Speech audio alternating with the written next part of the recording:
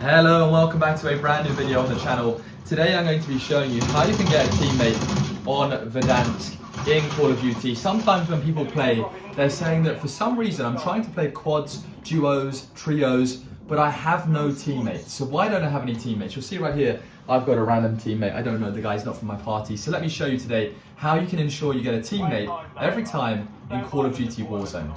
So I'm gonna leave the game. Now you'll see that I've left the game, I'm back at the menu. So what is the secret to having teammates? Well, in the bottom left-hand corner, just down here, you're going to see squad fill. Now, if I press L2 right here on my PlayStation 5, you can see that turns off squad fill. Press it again, and it now turns it back on. So basically what happens is sometimes people have accidentally turned off squad fill down here, which means when they play trios, duos, or quads, they're playing solo, there is no team. So simply just double check that this button down here is switched on to blue by pressing L2 on your PlayStation controller, and you will be good to rock and roll.